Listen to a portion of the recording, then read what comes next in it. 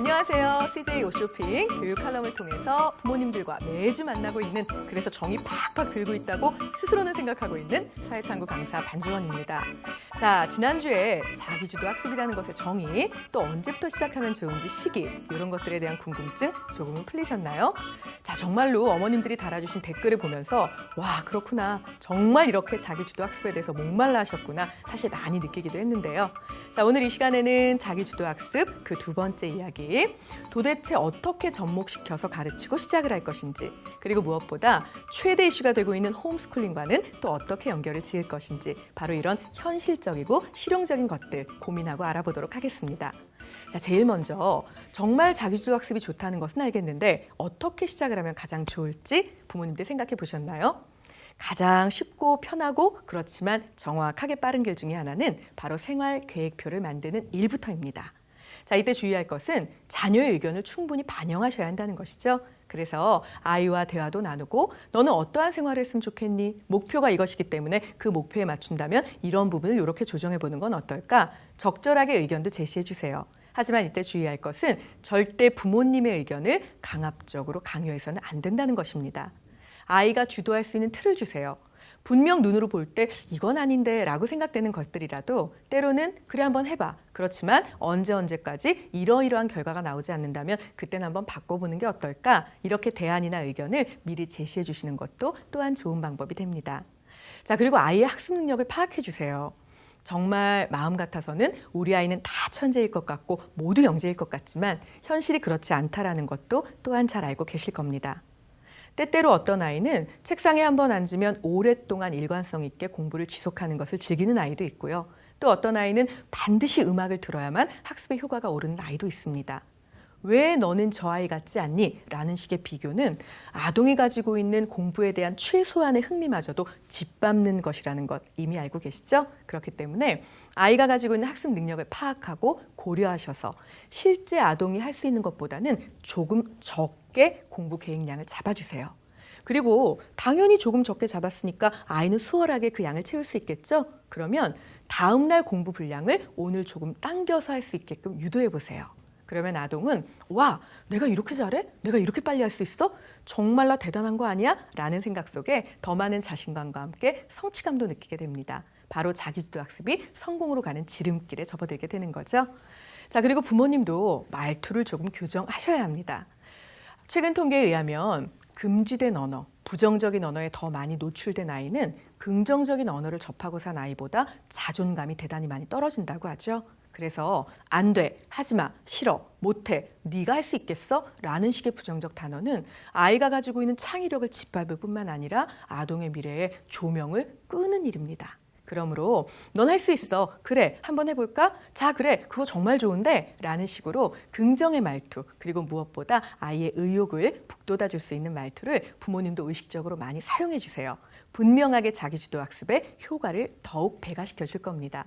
그리고 무엇보다 자기주도 학습에 대해서 연령별로 접목을 시키는 부분도 중요할 텐데요.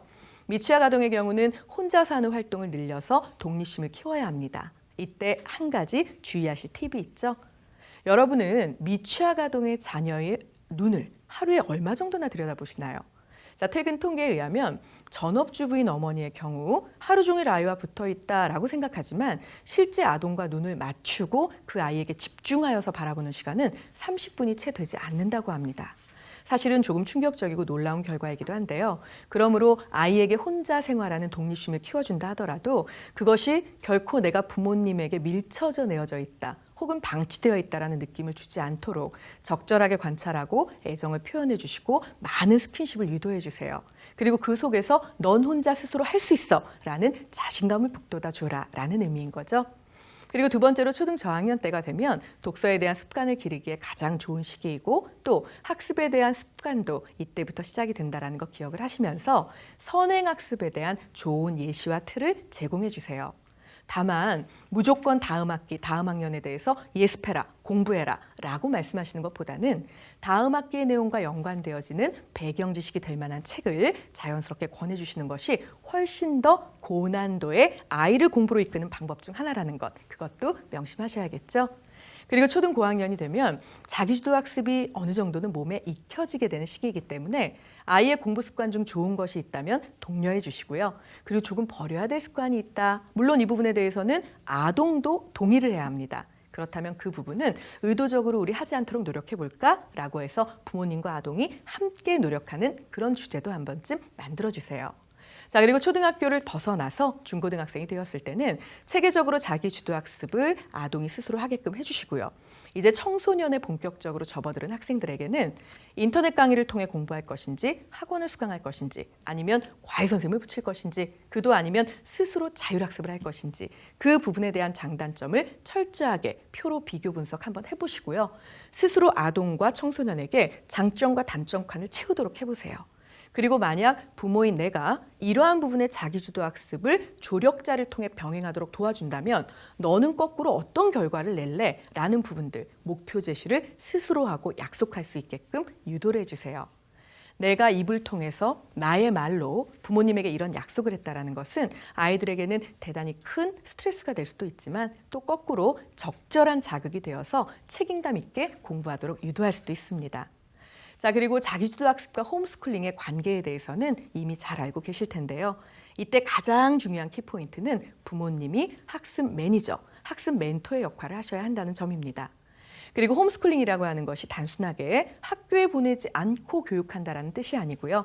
학교에 다니는 아이들이 집에 와서 보내는 여가 시간 혹은 집에 와서 보내는 나머지 짜투리 시간에 효과적으로 부모님과 함께 호흡을 맞추어서 학습과 관련된 것을 무엇이든 배우고 익힐 수 있다면 전부 훌륭한 홈스쿨링이 됩니다. 아이를 외국에 유학 보내기 어려운 환경이라면요. 집에 왔을 때 영어로 되어 있는 CD, 영어로 되어 있는 비디오, 영어로 되어 있는 수많은 이야기가 들릴 수 있도록 오디오나 비디오를 준비해 주세요. 그래서 아이에게 자, 집에 와서 몇 시부터 몇 시까지만은 우리 영어로 다 이야기해 볼까? 물론 부모님에겐 힘든 시간이 되실 겁니다. 하지만 이와 같은 방법들 그 어떤 것도 부모님의 희색과 노력이 없이는 사실상 효과를 내기 어렵다는 것 또한 알고 계시죠? 우리는 때때로 자, 엄마는 이거 해줬으니까 아빠는 이거 사줬으니까 나머지는 네 몫이야 라고 아이들을 밀어붙일 때가 있습니다. 그러나 정말 인정하고 싶진 않지만 분명한 사실은 부모가 함께 노력하는 아이 그리고 부모가 함께 노력하지 않고 아이에게만 모든 책임을 미루는 아이 어느 쪽이 보다 빠른 학습 효과를 낼까요? 예, 당연합니다.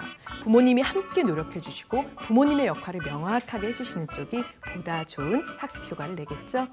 자, 이 부분에 대해서만 우리가 그래, 맞아 라고 인식을 동의한다면 이제 우리 아이들은 자기 주도 학습으로 들어가는 그 입구에 선 것이 아니라 이미 중반은 왔다고 할 수 있습니다. 왜냐하면 시작이 반이니까요. 자, 다음 시간에는 보다 새로운 교육 주제에 좀 더 실생활과 명확한 교육에 대한 이야기를 가지고 어머님들 더 즐겁게 찾아뵙도록 할게요. 다음 주 다음 시간에 다시 뵙겠습니다.